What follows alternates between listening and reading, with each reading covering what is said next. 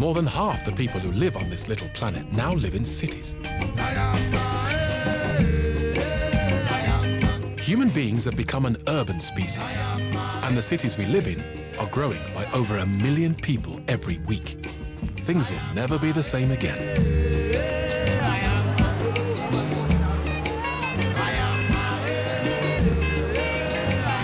Welcome to Lagos, the largest city in Nigeria, and the fastest growing of all the megacities, of 10 million people and more, which are popping up all over the world. Each week, another 10,000 people pour into the slums which make up 3/4 of Lagos, and they're already full to bursting. Every square inch is being used by someone, and space is in such demand that the city is sprawling in every direction it can, even into the lagoon which surrounds it. When we first come here, all this place is water, surrounded with water. But despite this chaotic approach to urban planning, life in the ghettos on the water isn't all about poverty, pollution, and cholera, you know.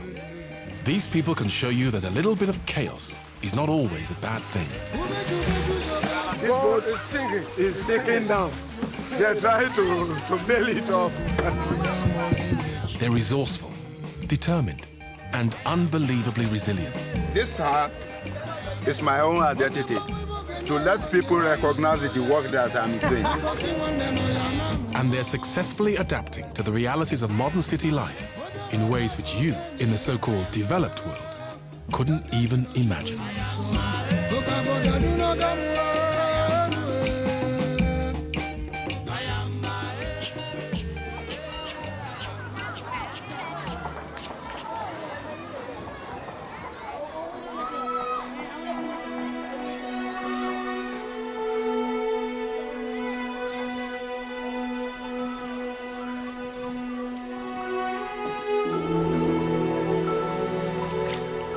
If you want to know how the city has grown, then these are the people to ask. The inhabitants of Lagos's version of Venice, a slum built on water called Makoko.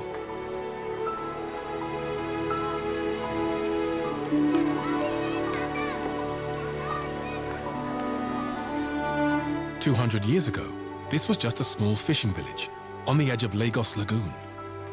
But as more and more people flooded into the expanding city, looking for somewhere to settle, they began to build houses on stilts.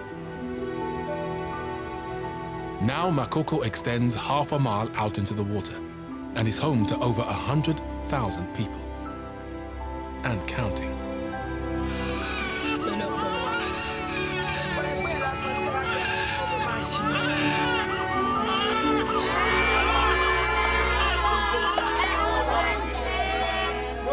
I'm so happy today.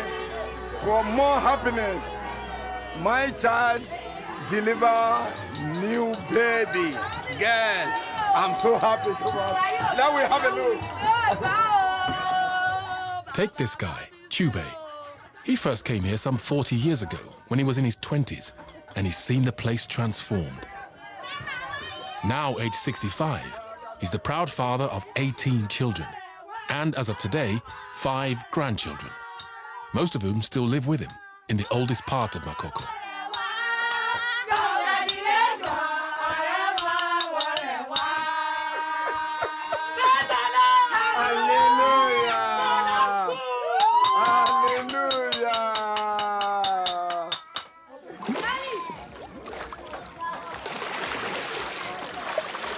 Today, I want to declare today, don't go back to declare, move very soon, okay? So I want to declare, and to God, don't. Like most of the people who first settled in Makoko, Chube is a fisherman. But with 3 daughters at university, 10 children at various schools, and more food to put on the table every day, he's become an expert at making money from the most unlikely of places.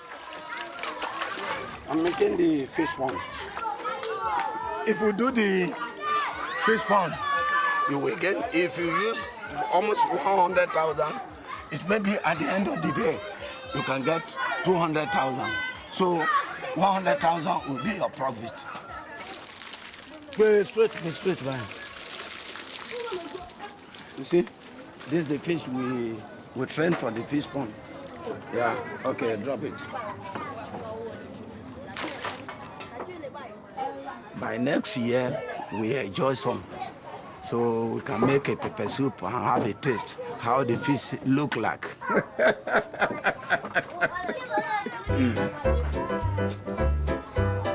I want to go to the toilet. There's no order.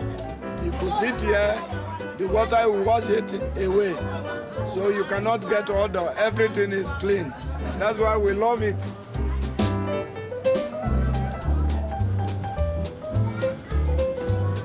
Now, you might not want to go for a swim round here, but everything else in Makoko takes place on the water.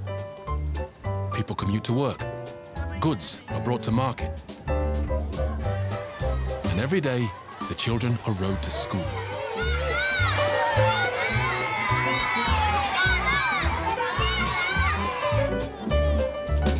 And it's water that accounts for the huge piles of rubbish lying by people's houses.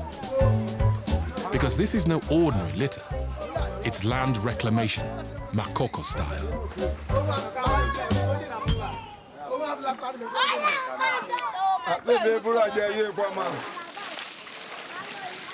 You see all this rubbish? We put all this rubbish. After 6 months, when the things settle down again, we put another rubbish. To avoid the smelling, we go to Ebutemeta and collect the sawdust. So we put this sawdust on top. When it's strong, we started to put sand on top, so it will be straight.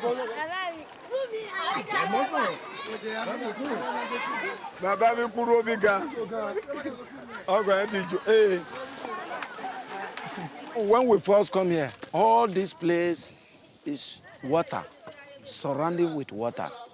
So from up over there, you can get it, all is water.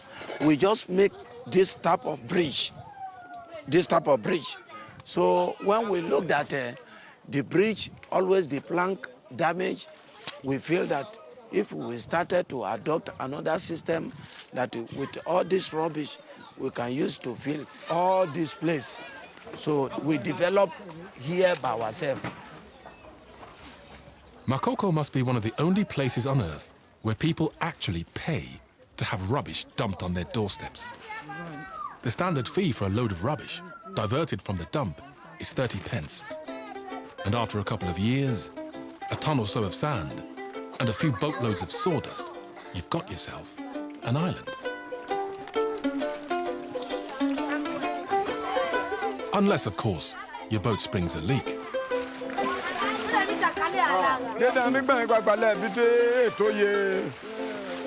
This boat is sinking down. They're trying to bail it up.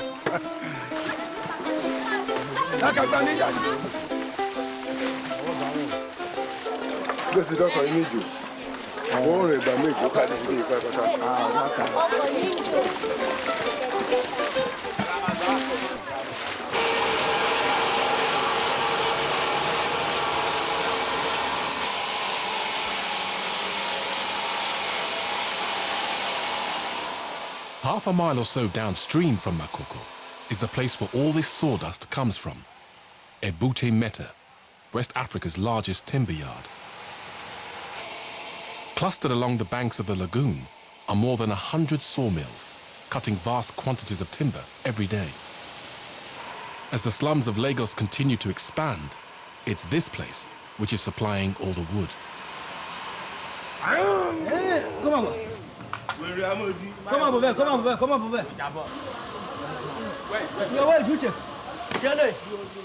This guy, Paul, came here 5 years ago from his village in the east, looking for work and a place to sleep on the sawdust. Now he's worked his way up to one of the top jobs in the yard, as chief saw operator at Fumi's mill. This is very big wood, very, very big. I'm putting the measurements. This one brings big measurement. This one will produce big money.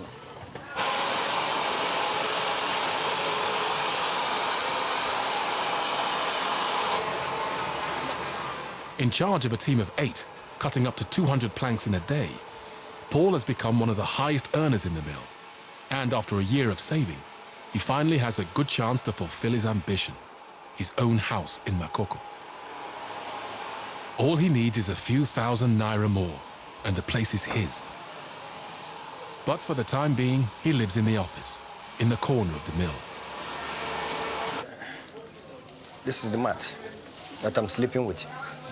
At times in the night, I put it in this way. I put it in this way. And when I'm sleeping at night, this is how I do put it.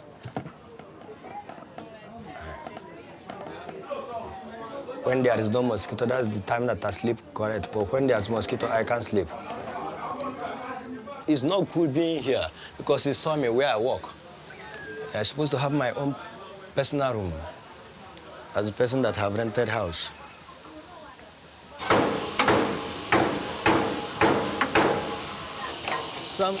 The saw is dull and it's cut. Want to cut. So I'm removing it because I want to cut. When I leave it now, next thing you will hear, why? Sunday. Oh yeah, come and carry it to Sodoto. Tell Sodoto that you saw want to cut and it's dull, it's bending. A few days ago, Paul took on 2 boys called Sunday and Afis, who both left their parents in the country to come to Lagos to look for work, and have now ended up in Ebute Metta. They claim to be 15 and 17, but no one really believes them. Go with this. The work in Ebute Metta is very hard. There are many work. The one that I'm doing now, when you have power, you can't do it because you are going to carry a big wood. You are going to push the machine with your power. So before you work here, you need to have the power.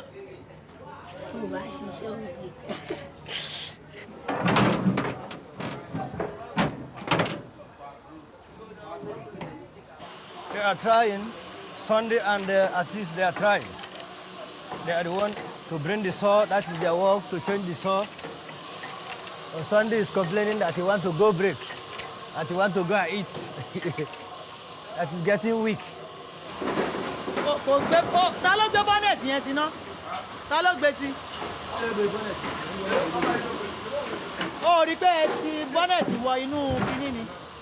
Fumi, the mill boss, is keeping a close eye on Paul's new recruits. She's run this place with an iron fist for 20 years and can spot trouble from 100 yards.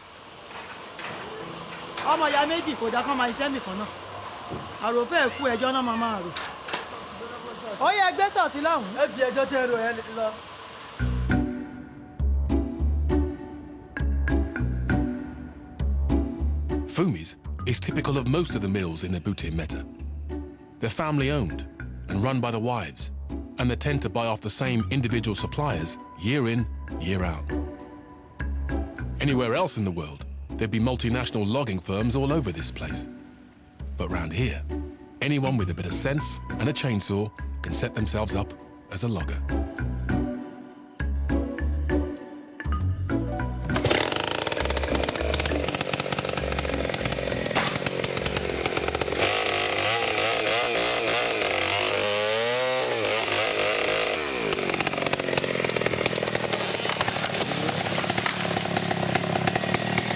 So the length is 12.1. Yeah, mark it.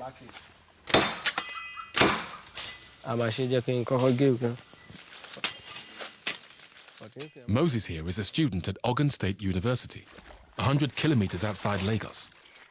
While many undergraduates have part-time jobs, he pays for his entire marine engineering course by coming to his local jungle twice a year to cut the plentiful awan trees, which are much in demand at Ebute Metta. When bush day self in Lagos, nowhere you can find this type of wood, type of this tree. No wood of almond tree, because in those days they don't fell all this one. They don't fell and finish for Lagos area, because you know that Lagos area is nearby the sawmill. That is why they finish the forest there.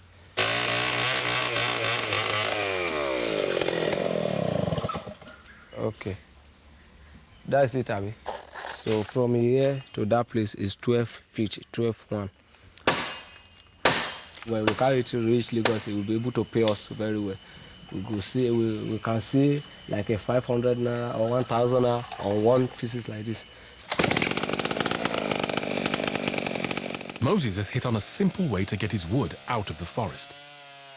He waits for the rainy season to flood the area and comes back with a boat to drag the whole lot into the nearest river, which floods into the Lagos lagoon. From there, it's a 3-day journey to Ebute Metta, which is where his troubles really start. When I get to Lagos, I'm never happy. Trouble of Lagos State is too much. Area boys, stock boys, there are plenty. They will be able to touch them, pickpocket, do this. I will collect something before you go. But at this area, nothing like that.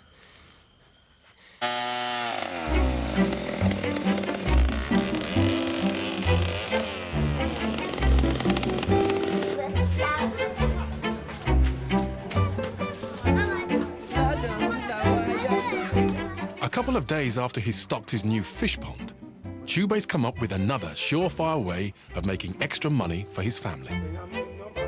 He's found a cheap source of imported European fish and plans to turn his home into a fish smokery.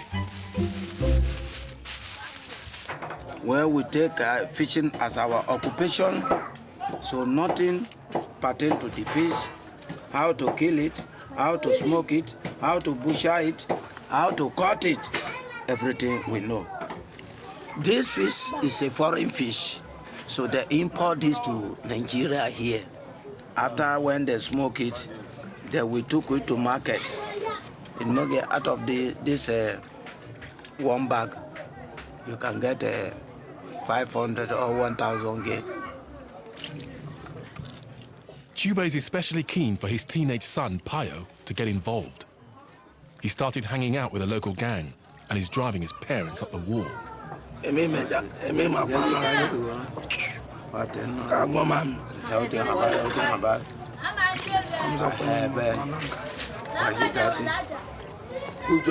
My father, the name is Bien, that Ojulawa, he didn't thief. My father didn't thief. And my father born me. I didn't thief. And I want that name to reign on my son. That is a good child. That is why I'm talking. Because we must be vigilant.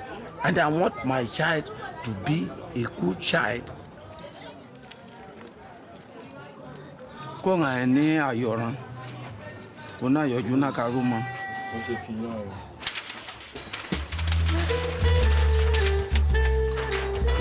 Fish are not the only thing on Chube's mind. After a lot of hard work, he's come up with a fiendishly complicated mathematical formula which he is sure will guarantee huge winnings in the national lottery. Yeah, this is a chart of the lotto. The chart is this. If you watch the game here, that this week he played this number. After 4 weeks, he repeat this so number. After you count 1, 2, 3, you're supposed to play these 2 games. So you may carry it and they play the game. This is the way we use this chart to forecast. So this is Lotto International.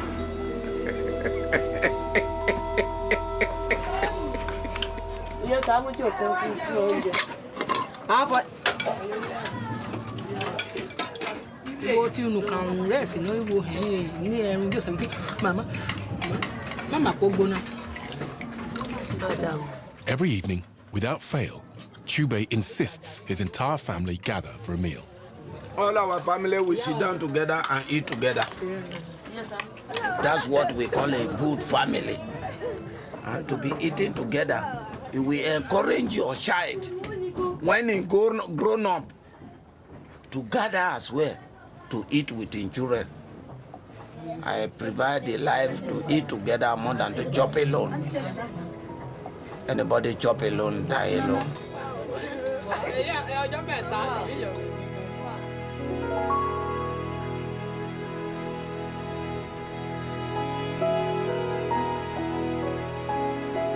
As dawn creeps over the waters of the lagoon, it's easy to forget the noisy, dirty chaos of the modern city. Because out here, nothing has changed for decades.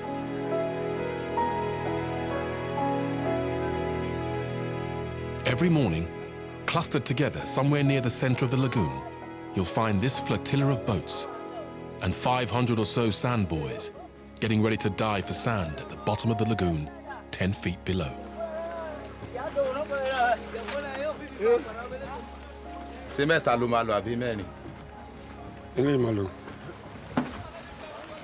Daniel and Kisme have been collecting sand the old-fashioned way, by hand, with a bucket, their whole lives.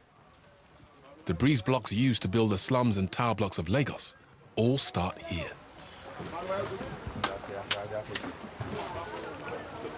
Let me use my draw first.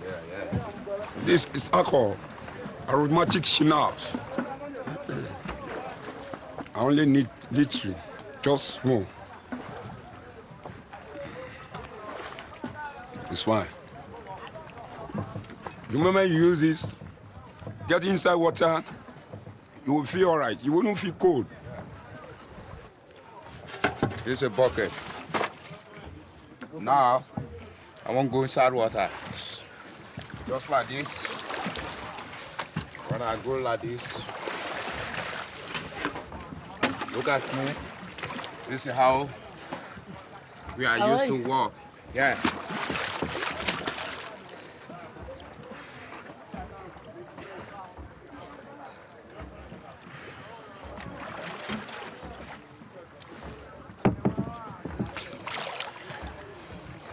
You see? Ayo. Ơi. Huh? Chưa mà một xài lên. Huh? Xài lên. Chưa. Chưa trên xài lên. Hả? This is how we use. So a lot of buckets. Working fast before the sun gets too high, it usually takes Daniel and Kisme just a couple of hours to fill this whole boat with the high-quality sharp sand, so essential to the building trade.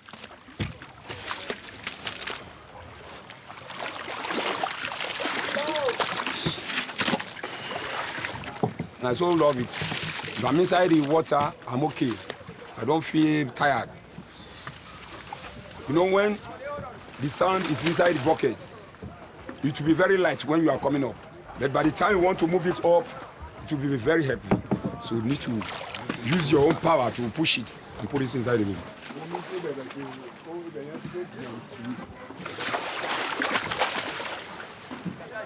This bucket, I see him be the iron. We chop the hand, see how the hand be. This is the iron that I chop our hand. That's why our hand just be like this. Let me clean it. This is how it is. This hand so like identity. Anywhere I be, my hand I will show them that is type of work I'm working. So they will recognize it, say, it is true that you are working in this type of work. It's a hard work, oh, my brother. I can't just tell you a lie. That's it. By 1 hour to this time, you have to finish this boat. So that's how things be.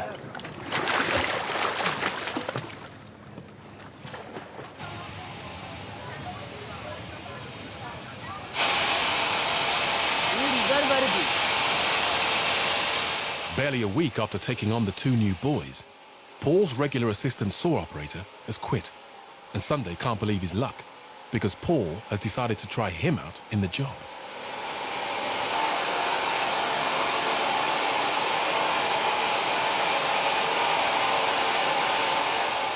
It's Sunday that is doing the work now. So Sunday is doing it. He's trying for pushing the machine. But he's a small boy, no, he's a small boy. So, but he's trying as much as he can, as a small boy. I'm even praising him.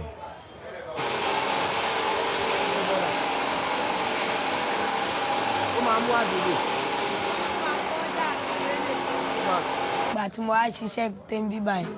Iṣẹ́ ibi báyìí náà lágbà àmọ́ ọmọ fara sísan pé kí n máa ṣe But mo ń ṣe díẹ̀díẹ̀, ó má mi lára.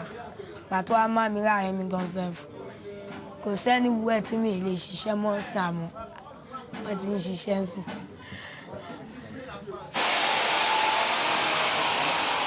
Sunday's promotion will bring him an extra 80 pence a day, but he needs to watch out. Only 2 weeks ago, a new saw operator was electrocuted and killed.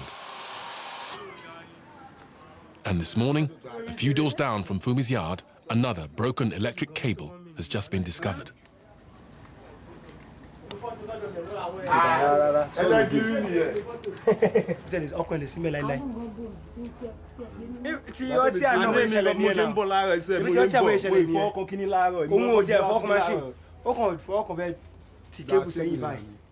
The cable that brings the light direct from the meter down to the machine is the cable that got caught.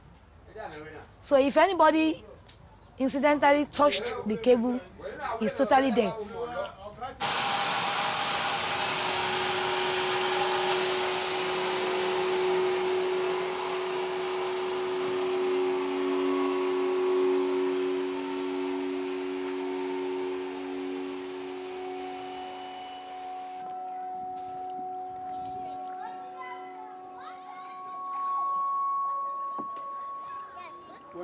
Payo!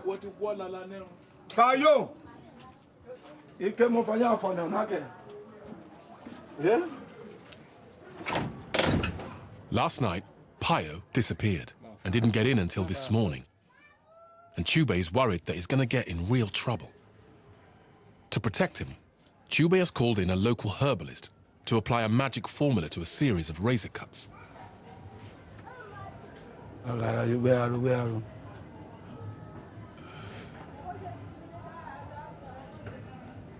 If the tape broke bottles, shook you, it will not enter. Knife will not enter. Machete will not enter. This is what we're doing now.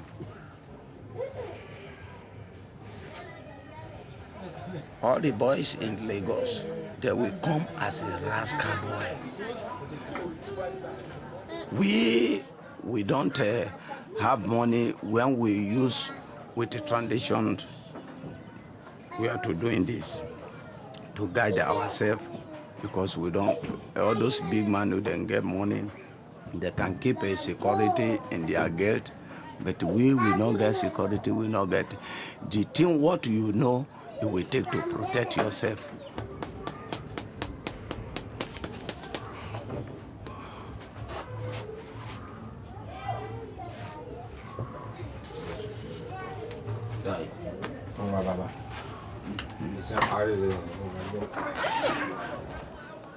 Chubei was brought up using these traditional methods in his home village and still uses a number of preparations and charms, which he has adapted for modern city life.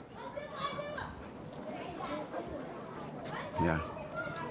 This one is for my own protection, and it's our tradition use, not English people use.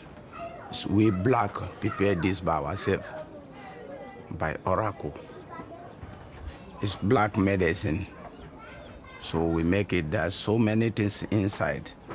There's the air, there's the teeth, there's so many things, but I cannot count all.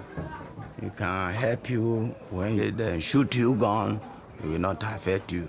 So you can escape yourself. If you have a pile, this one, it will not make you go to toilet, but it will make your toilet to be soft. It will soft. If you want to go to toilet, you can go 2 times in a day, and it will be very soft. It will be very easy for you when you go to toilet. So not that you go to toilet, you started to make, but no. So it will dissolve everything. It will come very soft. And when you want to go to toilet, you will love it. Just like that.